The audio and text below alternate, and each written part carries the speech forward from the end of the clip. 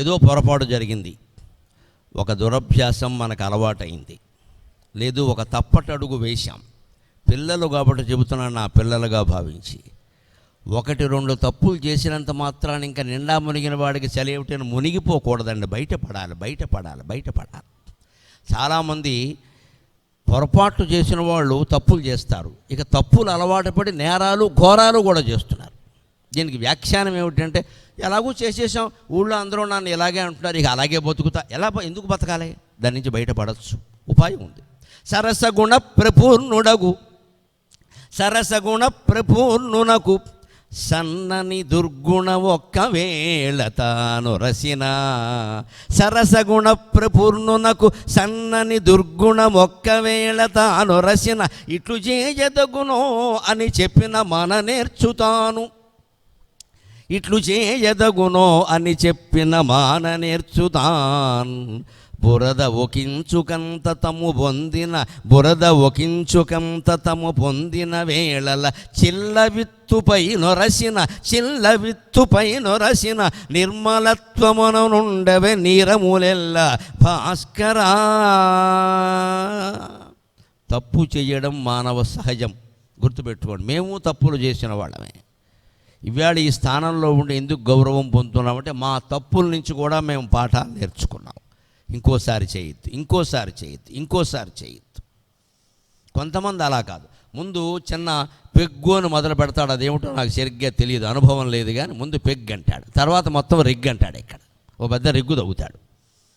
ఏమిటోనండి, మొదటే జాగ్రత్త పడలేదు, ఇప్పుడు కూడా జాగ్రత్త పడవచ్చు, ఎప్పుడైనా మానేయచ్చు.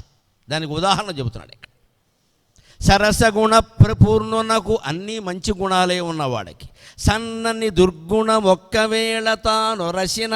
ఒక దురభ్యాసం ఏదో అలవాటైంది అనుకుందాం, ఓ సిగరెట్లు కావచ్చు, తాగుడు కావచ్చు, మరొకటి కావచ్చు. అసలు అన్నిటికంటే గొప్ప దురభ్యాసం ఏమిటో చెప్పనా నేను?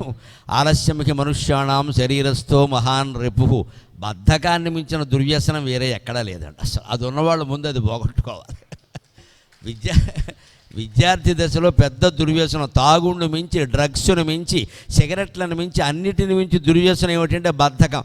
ఎప్పటి పని అప్పుడు చేయకపోవడం, తర్వాత చేద్దాం. ఇది మహావ్యాధి. బద్ధకం కనుక లేకపోతే ప్రతి మనిషి దేవేంద్రుడంత గొప్పవాడు అవుతాడు, ప్రతి మనిషి ఋషి అవుతాడు. మనిషిని ఋషి కానియకుండా చేస్తున్నది ఏమిటంటే బద్ధకమే. వాయిదా, ప్రతిదీ వాయిదా. ఆ వాయిదాలు వేయకుండా చేయగలగాలి ఖచ్చితంగా. అందుకోసం చెబుతున్నాడు ఇక్కడ, మంచి గుణాలన్నీ ఉన్నవాడికి ఒకవేళ ఏదైనా ఒక సన్నని దుర్గుణం ఒక్కవేళ తాను రసిన, ఒకవేళ వచ్చినప్పటికీ ఇట్లు చేయదగునో అని చెప్పిన మాన నేర్చుతాను. ఏమయ్యా ఇలా చేయడం పద్ధతేనా, ఏమిటయ్యా అలా చేస్తున్నావు అని కాస్త హితోపదేశం ఎవరైనా తల్లో తండ్రో గురువో ఎవరైనా చేస్తే మానుకుంటాడు. అంటే మన బుద్ధి ఎలా ఉండాలంటే, ఎవరైనా మంచి మాటలు చెప్తే వినేలా ఉండాలి. పొరపాటు జరగచ్చు, ఎవరి చేతిలోనే జరుగుతాయి. తప్పులు చేయడం మానవ సహజం. చేసిన తప్పు దిద్దుకోవడం మహాత్ముల లక్షణం. తప్పు చేసి చేయలేదని వారించడం మూర్ఖత్వం.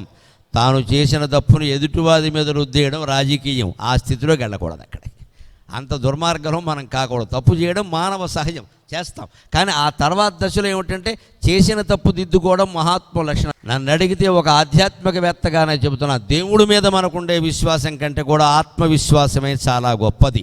నిన్ను నువ్వు నమ్మనప్పుడు నువ్వు దేవుణ్ణి కూడా నమ్మలేవు. అనుమానం వల్ల నువ్వేం చేయగలవు, ఏం చేయలేవు. నీలో మంచి ఏమిటి, చెడ్డ ఏమిటి అన్నీ నువ్వే చూసుకోవచ్చు. ఖచ్చితంగా ఒంటరిగా ఉన్నప్పుడు కాస్త మన మనస్సులోకి మనం లోపలికి వెడితే అన్నీ అద్దం మీద కనిపించినట్టు తెరిచిన పుస్తకంలా కనిపించేస్తూ ఉంటాయి, మార్చుకోవచ్చు. అందుకే చెబుతున్నాడు, ఏమయ్యా ఆయనకు ఒక ఉపదేశం చేస్తే మానుకుంటాడు కదా. దానికి ఉదాహరణ ఏమిటో తెలుసా? వర్షకాలం చెప్పుకోవలసిన మాట. ఇప్పుడు నీటి కుళాయిలు బిందులు వచ్చాక మనకు అర్థం కావట్లా. పూర్వం కాలవల నుంచి చెరువుల నుంచి నీళ్లు తెచ్చుకున్నప్పుడు బురదగా ఉండేవి నీళ్లు. వర్షకాలం ఎలా ఉంటాయి? కొత్త నీరు కదా, బురదగా ఉంటుంది. మరి ఆ బురద నీళ్ళు ఎలా తాగుతారండి? ఇంటికి రాగానే ఏం చేసేవారు? ఇండుపుకాయ అని ఉంటుంది, ఒక గింజ, చిల్ల గింజ అంటారు దాన్ని, ఇండుపుకాయ అంటారు. అది చిన్నది, చాలా ఖరీదు కూడా చాలా తక్కువ. ఆ ఇండుపుకాయ బిందులో వేసేవారు. విచిత్రంగా అరగంటకి మట్టి అంతా కిందకి వెళ్ళిపోయి స్వచ్ఛమైన నీరు పైకి తేరేది. ₹1 ఖర్చు లేని భారతీయ వైద్య విధానం అమ్మ ఇది. ₹1 ఖర్చు లేదు. అలాగ పూర్వం కనిపెట్టే విధానం ఏమిటంటే ఇండుపు చెట్లు పెంచి ఎక్కడైనా ఉంటే మనం పెంచక్కల, ఇండుపుకాయ తీసుకొచ్చి బిందెడు నీళ్లలో ఒక్క కాయ వేస్తే అరగంటకి మొత్తం మట్టి అంతా కిందికి దిగిపోయి స్వచ్ఛంగా పైన హాయిగా తేరుకునేవి. ఆ పై నీళ్లు తీసుకుని తాగేవాళ్ళం, అడుగువేవో ఇంకా అట్టడుక్కి మిగిలిపోతే అవతల పారబోసేవాళ్ళం కొద్దిగా అంతే. అలాగా చిల్లగింజ వేసి అందులో వెయ్యగానే బురద నీరంతా తన స్వభావాన్ని మార్చుకుని మంచినీరు అయింది కదా. మంచివాడైన వాడు తన స్వభావాన్ని మార్చుకుని మంచివాడు కాలేడా? ఒక్క దుర్గుణం ఉన్నంత మాత్రాన్ని దుర్మార్గుల్లో కలిసిపోవాలా అంటున్నాడమ్మా. మనిషి మారడానికి 99 ఏళ్ల వరకు అవకాశం ఉంది. శిశుపాలుణ్ణి శ్రీకృష్ణుడు సంహరించాడు. ఎప్పుడు? 100 తప్పులు చేసే వరకు క్షమిస్తానన్నాడు.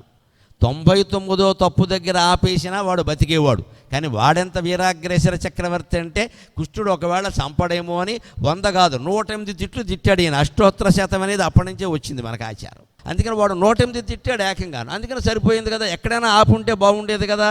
అందుకని చెబుతున్నాడు. ఇక్కడ మీకు ఒక 6 నెలల క్రితం పత్రికలో చదివిన ఒక అద్భుతాన్ని చెబుతాను. విద్యార్థులు ఎంత సాధించగలరో తెలుస్తుంది విజ్ఞానం మీద దృష్టి పెడితే. నిజంగా మంచి మాటల వల్ల మనుషులు మారతారండి. మాకు కూడా ఇదివరకు ఆ నమ్మకం ఉండేది కాదు. ఏదో ఉపన్యాసాలు ఇస్తాం, ఎవరు మారుతారు అన్నట్టుగా ఉండేది. కానీ ఇటీవల ఒక 10 ఏళ్లుగా వస్తున్నటువంటి కొన్ని మార్పులు కనపడుతూ ఉంటే పర్వాలేదు, ఉపదేశాలు పనిచేస్తాయనిపిస్తుంది నాకు. దానికి ఉదాహరణ 6 నెలల క్రితం ఒక పత్రికలో చూశాను నేను. జపాన్లో ఒక ఆచార్యుడు ప్రొఫెసర్ మసాటో అని ఆయన ఒక ప్రయోగం చేశాడు. మనిషి స్వభావాన్ని మార్చడం ఎలాగా? సాధ్యం కాదు, చాలా కష్టం అండి. స్వభావం అంటే స్వస్యభావం, వాడు పుట్టినప్పుడే వచ్చింది ఆ స్వభావం, న్యాచురాలిటీ అంటారు. అది మార్చలేము ఎవరు కూడా. ఎలా మార్చాలి? వీలు కాదా అని ప్రయోగిస్తే ఆయన ఏం ఆలోచించాడంటే రకరకాల ప్రయోగాలు చేసి మానవ శరీరంలో 60% నీరే. మీరు పుస్తకాల్లో చదువుకుని ఉంటారు జీవశాస్త్రంలో. మానవ శరీరంలో 60% నీరే, మిగిలినవే ఆ రసాయనాలు కూడా నీటి నుంచి ఏర్పడినవే. మానవ శరీరంలో సగం 60% నీరే. అందుకని ఆయన ఏం చేశాట, 2 గ్లాసుల్లో నీరు పోశాడు. ఒకే నీరు ఒక గ్లాసు దూరంగా ఆ చివర పెట్టాడు, ఇంకో గ్లాసు ఈ చివర పెట్టాడు. ఒక గిన్నె నీళ్ళ గిన్నె ఆ చివర పెట్టాడు, ఇంకో నీళ్ళ గిన్నె ఈ చివర పెట్టాడు. ఆ నీళ్ళ గిన్నె దగ్గరికి వెళ్ళి ఇడియట్, స్కౌండ్రల్, రాస్కెల్, స్టూపిడ్ అని తిట్టడం మొదలెట్టాడు. అలా రోజు ఒక అరగంట పని పెట్టుకుని ఇంగ్లీషులోనూ ఆయన జపాన్ భాషలోనూ ఉండే తిట్లన్నీ ఆ నీళ్ల మీద పడేలా తిట్టాడు. ఇక్కడికి వచ్చి కౌసల్య సుప్రజ రామ పూర్వా సంధ్యా ప్రవర్తతే ఉత్తిష్ట నరశార్దూల కర్తవ్యం దైవమాన్నికం తవ సుప్రభాతమరవిందలోచనే భవతు ప్రసన్నముఖచంద్రమండలే విధిశంకరేంద్రవనితాభిరర్చితే వృషశైలనాథ దయితే దయానిధే అని సుప్రభాతాలు, సూక్తులు, శ్లోకాలు చదవడం మొదలెట్టాడు. జపాన్ భాషలో ఉండేవి.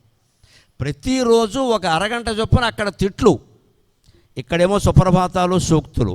ప్రయోగం అంటే ఏదండి? విదేశీయుల నుంచి నేర్చుకోవాలి. మనం ఏం చేస్తూ ఉంటామంటే ప్రయోగాలు చేయమంటే మీకు అందరికీ తెలుసుగా, ఇంటర్మీడియట్లో చేసిన పనే కదా. బాట్నీ రికార్డు రాయమ్మా అంటే అక్క రికార్డు అక్క పేరు తీసి రాసేసి చెల్లి పెట్టేస్తుంది అంతే. అక్క రికార్డు అది. ఈవిడేం సొంతంగా ఆకులే అన్నీ అదే పేరు రాసేసి 30కి 30 వేసేయడానికి మన వాళ్ళు సిద్ధంగా ఉన్నారుగా. ఏం లేకుండా 30కి 30. ఇక వేరే పరిశోధన ఏం చేయరు వాళ్ళు. అలా ఉండరు, వాళ్ళు కనిపెడతారు. ఆ చివర ఆ నీళ్లు పెట్టాడు, ఈ చివర ఈ నీళ్లు పెట్టాడు. వీటికన్నీ తిట్లు వినిపించాడు, వాటికన్నీ సుప్రభాతాలు, సూక్తులు వినిపించాడు.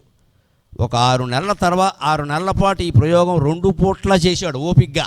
తర్వాత ఏం చేశాడంటే ఆ నీటిని గడ్డకట్టేలా చేశాడు, ఈ నీటిని గడ్డకట్టేలా చేశాడు ఫ్రిడ్జ్లో పెట్టి. ఆశ్చర్యంగా ఏం జరిగిందో తెలుసా? ఈ సుప్రభాతాలు, సూక్తులు వినిపించిన చోట మంచు గడ్డలుగా మారింది. కానీ మంచి మన మిఠాయి ఉండలు తయారు చేసేటప్పుడు పూసల్లాగా, ముత్యాల దండలో పూసల్లాగా, చాలా అందమైన పూసల్లా, ఐస్ క్యూబ్స్ అంటామే మనం, మంచు క్యూబ్స్, అవి చాలా అందంగా వరుసలో ఒక క్రమంగా ఏర్పడ్డాయి సుప్రభాతాలు, సూక్తులు వినిపించిన చోట. ఆ తిట్లు తెరిచిన చోట ఎలా ఉన్నాయంటే చెదపురుగులు చెక్కన కొట్టేసినట్టుగా ఇష్టం వచ్చినట్టుగా ఏర్పడ్డాయి అక్కడ. ఖచ్చితంగా ఒక ప్రయోగం ద్వారా రుజువైంది. నీరు కూడా తిట్లకి స్పందిస్తుంది, సుప్రభాతాలకి, సూక్తులకి స్పందిస్తుంది. 60% నీరే ఉన్న మానవ శరీరం ఖచ్చితంగా స్పందిస్తుందమ్మా, అనుమానం లేదు.